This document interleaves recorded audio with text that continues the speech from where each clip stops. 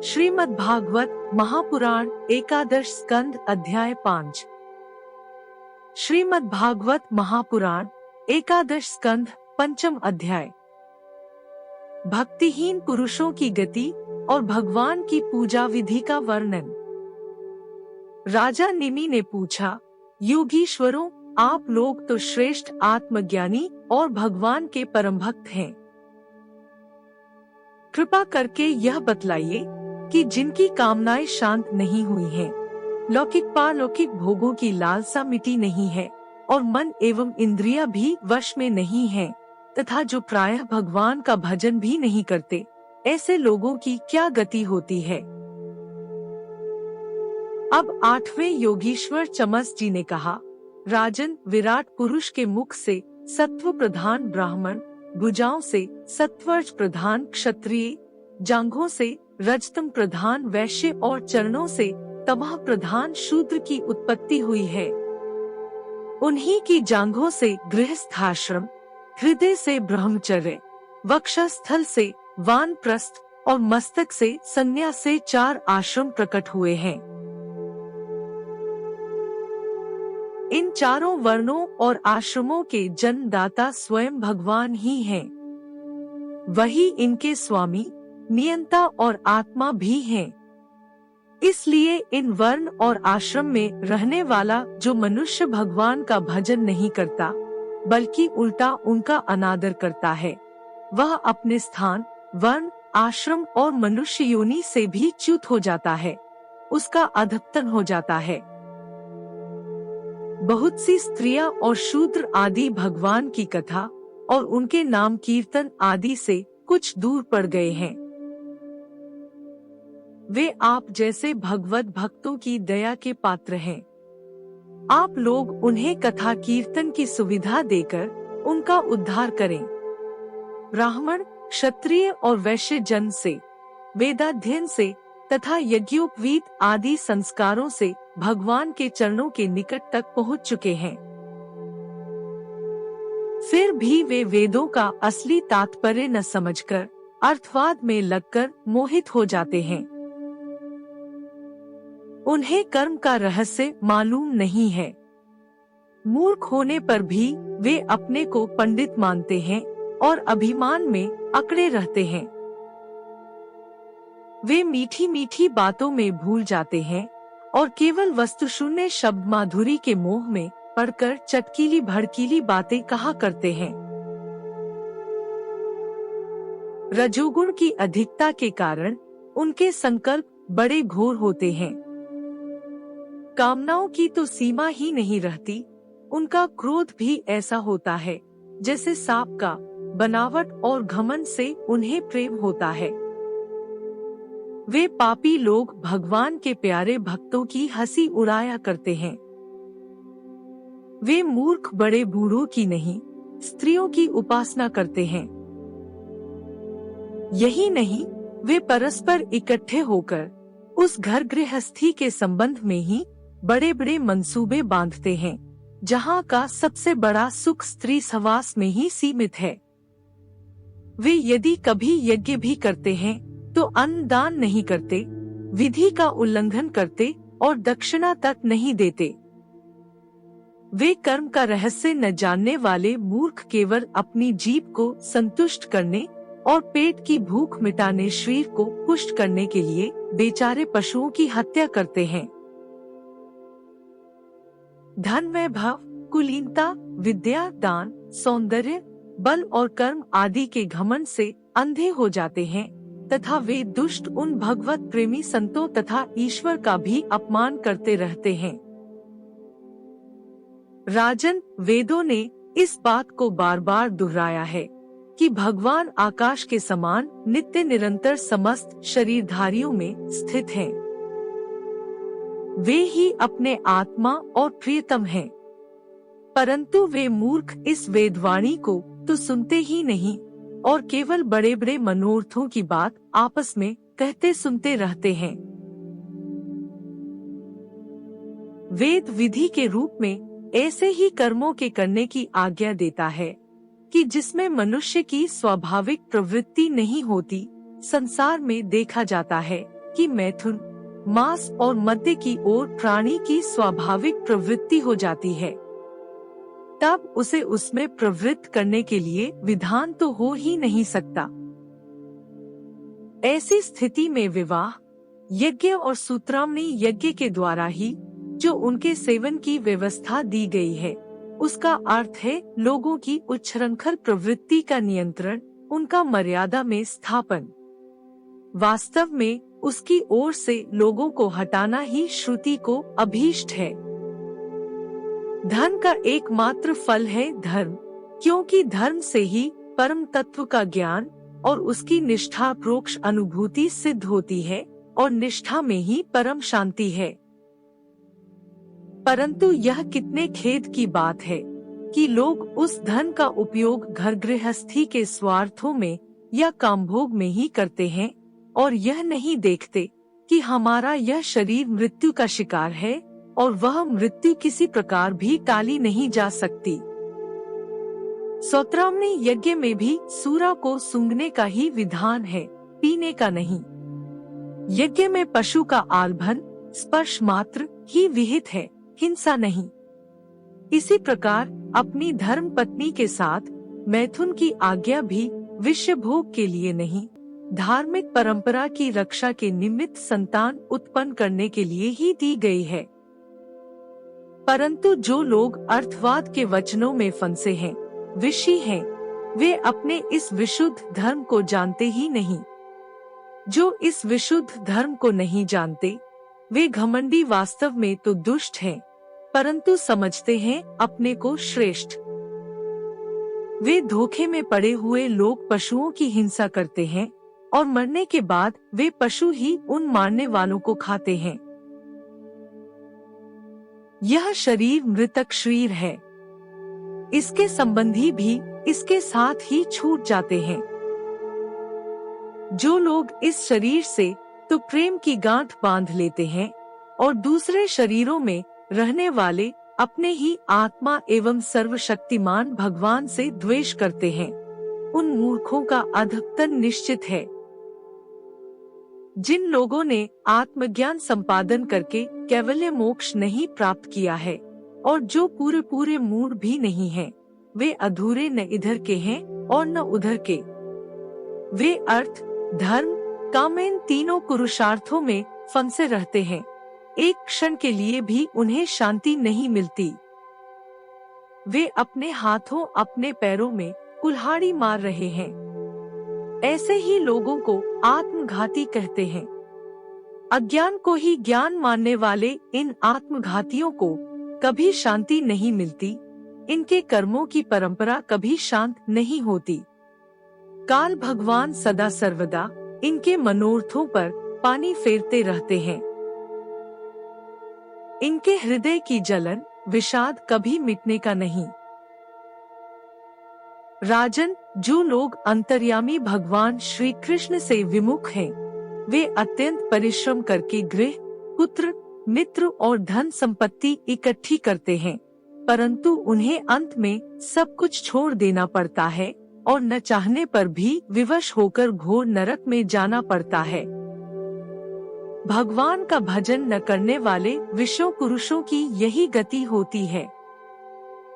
राजा निमि ने पूछ, योगीश्वरों, आप लोग कृपा करके यह बतलाइए कि भगवान किस समय किस रंग का कौन सा आकार स्वीकार करते हैं और मनुष्य किन नामों और विधियों से उनकी उपासना करते हैं।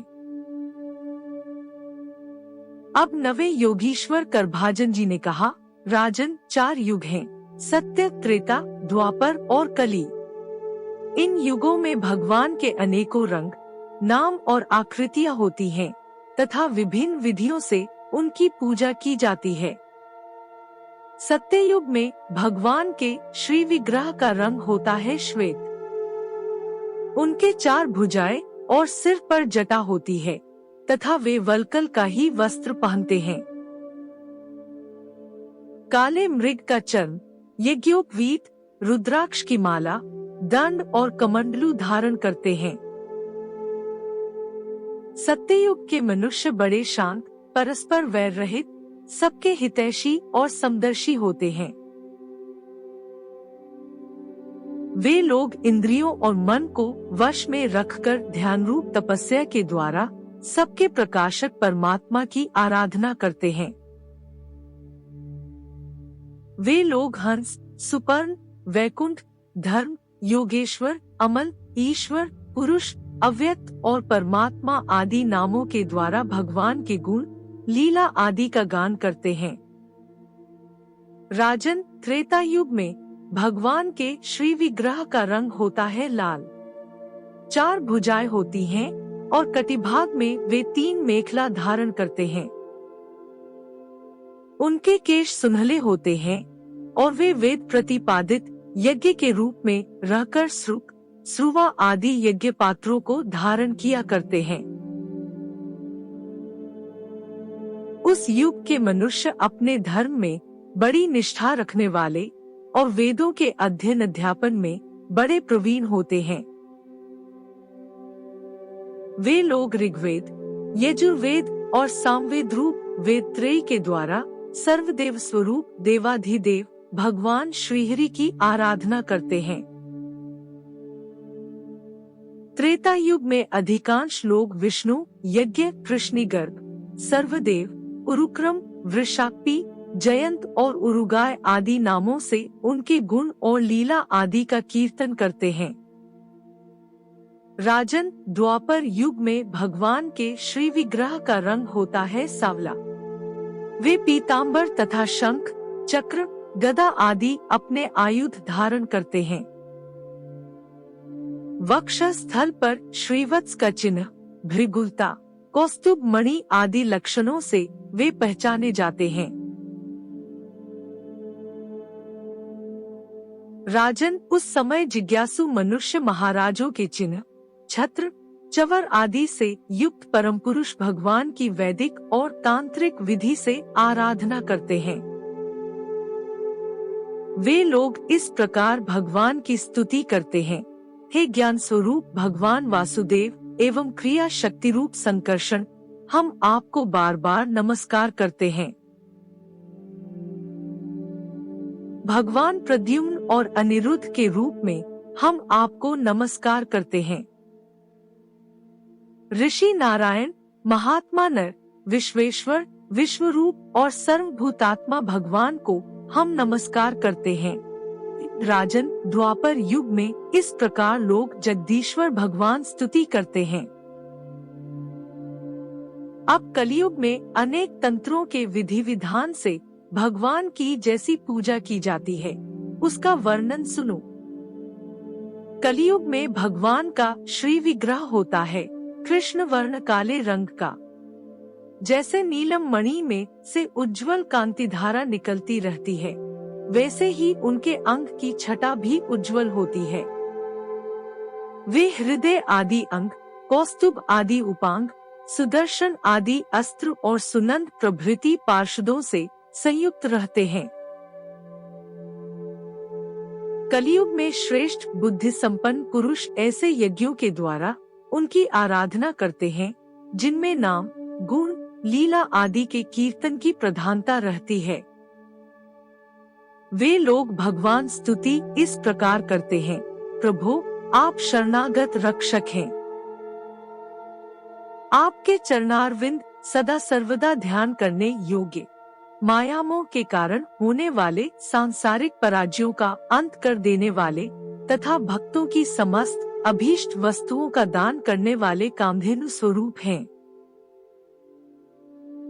वे तीर्थों को भी तीर्थ बनाने वाले स्वयं परम तीर्थ स्वरूप हैं। शिव, ब्रह्मा आदि बड़े बड़े देवता उन्हें नमस्कार करते हैं और चाहे जो कोई उनकी शरण में आ जाए उसे स्वीकार कर लेते हैं। सेवकों की समस्त आरती और विपत्ति के नाशक तथा संसार सागर से पार जाने के लिए जहाज हैं। महापुरुष, मैं आपके उन्हीं चरणार विंदों की वंदना करता हूँ। भगवन, आपके चरणकमलों की महिमा कौन कहे।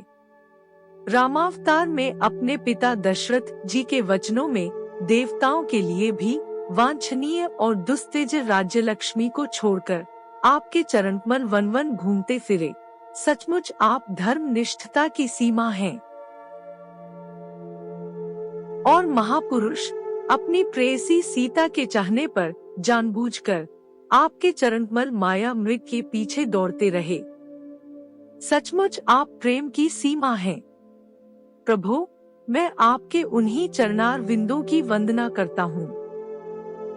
राजन, इस प्रकार विभिन्न युगों के लोग अपने अपने युग के अनुरूप नामरूपों द्वारा विभिन्न प्रकार से भगवान की आराधना करते हैं। इसमें संदेह नहीं कि धर्म, अर्थ, काम, मोक्ष भी पुरुषार्थों के एकमात्र स्वामी भगवान श्रीहरि ही हैं। कलियुग में केवल संकीर्तन से ही सारे स्वार्थ और परमार्थ बन जाते हैं। इसलिए इस युग का गुण जानने वाले सारग्राही श्रेष्ठ पुरुष कलियुग की बड़ी प्रशंसा करते हैं, इससे बड़ा प्रेम करते हैं। देहाभिमानी जीव संसार चक्र में अनादि काल से भटक रहे हैं। उनके लिए भगवान की लीला, गुण और नाम के कीर्तन से बढ़कर और कोई परम लाभ नहीं है, क्योंकि इससे संसार में भटकना मिट जाता है और परम शांति का अनुभव होता है। राजन, सत्ययुग, त्रेता और द्वापर की प्रजा चाहती है कि हमारा जन्म कलियुग में हो, क्योंकि कलियुग में कहीं भी भगवान नारायण के शरणागत उन्हीं के आश्रय में रहने वाले बहुत से भक्त उत्पन्न होंगे। महाराज विदेह, कलियुग में द्रविड़ देश में अधिक भक्त पाए जाते हैं, जहाँ ताम्रपर्णी, कृतमाला, पैस्विनी, परम पवित्र कावेरी, महानदी और प्रतीची नाम की नदियाँ बहती हैं। राजन, जो मनुष्य इन नदियों का जल पीते हैं, प्रायः उनका अंतःकरण शुद्ध हो जाता है और वे भगवान वासुदेव के भक्त हो जाते हैं। राजन, जो मनुष्य यह करना बाकी है, वह करना आवश्यक है इत्यादि कर्म वासनाओं का अथवा भेद बुद्धि का परित्याग करके सर्वात्म भाव से शरणागत वत्सल प्रेम के वरदानी भगवान मुकुंद की शरण में आ गया है, वह देवताओं, ऋषियों, पितरों, प्राणियों, कुटुंबियों और अतिथियों के ऋण से उऋण हो जाता है। वह किसी के अधीन, किसी का सेवक, किसी के बंधन में नहीं रहता। जो प्रेमी भक्त अपने प्रियतम भगवान के चरणकमलों का अनन्य भाव से दूसरी भावनाओं, आस्थाओं, वृत्तियों और प्रवृत्तियों को छोड़कर भजन करता है, उससे पहली बात तो यह है कि पाप कर्म होते ही नहीं, परंतु यदि कभी किसी प्रकार हो भी जाए तो परम पुरुष भगवान श्रीहरि उसके हृदय में बैठकर वह सब धोभा देते और उसके हृदय को शुद्ध कर देते हैं। नारद जी कहते हैं, वसुदेव जी, मिथिला नरेश राजा निमि 9 योगीश्वरों से इस प्रकार भागवत धर्मों का वर्णन सुनकर बहुत आनंदित हुए। उन्होंने अपने ऋत्विज और आचार्यों के साथ ऋषभनंदन नव योगीश्वरों की पूजा की। इसके बाद सब लोगों के सामने ही वे सिद्ध अंतर्धान हो गए। विदेहराज निमि ने उनसे सुने हुए भागवत धर्मों का आचरण किया और परम गति प्राप्त की। महाभाग्यवान वसुदेव जी, मैंने तुम्हारे आगे जिन भागवत धर्मों का वर्णन किया है, तुम भी यदि श्रद्धा के साथ इनका आचरण करोगे तो अंत में सब आसक्तियों से छूटकर भगवान का परम पद प्राप्त कर लोगे। वसुदेव जी, तुम्हारे और देवकी के यश से तो सारा जगत भरपूर हो रहा है, क्योंकि सर्वशक्तिमान भगवान श्री कृष्ण तुम्हारे पुत्र के रूप में अवतीर्ण हुए हैं। तुम लोगों ने भगवान के दर्शन, आलिंगन तथा बातचीत करने एवं उन्हें सुलाने, बैठाने, खिलाने आदि के द्वारा वात्सल्य स्नेह करके अपना हृदय शुद्ध कर लिया है। तुम परम पवित्र हो गए हो। वसुदेव जी, शिशुपाल, पौंड्रक और शाल्व आदि राजाओं ने तो वैरभाव से श्री कृष्ण की चालढाल, लीला विलास, चितवन बोलन आदि का स्मरण किया था। वह भी नियमानुसार नहीं, सोते बैठते चलते फिरते स्वाभाविक रूप से ही।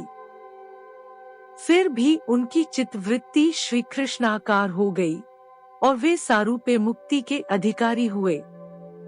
फिर जो लोग प्रेम भाव और अनुराग से श्री कृष्ण का चिंतन करते हैं, उन्हें श्री कृष्ण की प्राप्ति होने में कोई संदेह है क्या? वसुदेव जी, तुम श्री कृष्ण को केवल अपना पुत्र ही मत समझो। वे सर्वात्मा, सर्वेश्वर, कारणातीत और अविनाशी हैं। उन्होंने लीला के लिए मनुष्य रूप प्रकट करके अपना ऐश्वर्य छिपा रखा है। वे पृथ्वी के भारभूत राजवेशधारी असुरों का नाश और संतों की रक्षा करने के लिए तथा जीवों को परम शांति और मुक्ति देने के लिए ही अवतीर्ण हुए हैं और इसी के लिए जगत में उनकी कीर्ति भी गाई जाती है। श्री शुकदेव जी कहते हैं, प्रिय परीक्षित, नारद जी के मुख से यह सब सुनकर परम भाग्यवान वसुदेव जी और परम भाग्यवती देवकी जी को बड़ा ही विस्मय हुआ।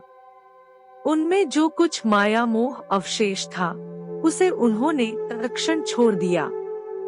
राजन, यह इतिहास परम पवित्र है। जो एकाग्रचित्त से इसे धारण करता है, वह अपना सारा शोक मोह दूर करके ब्रह्म पद को प्राप्त होता है।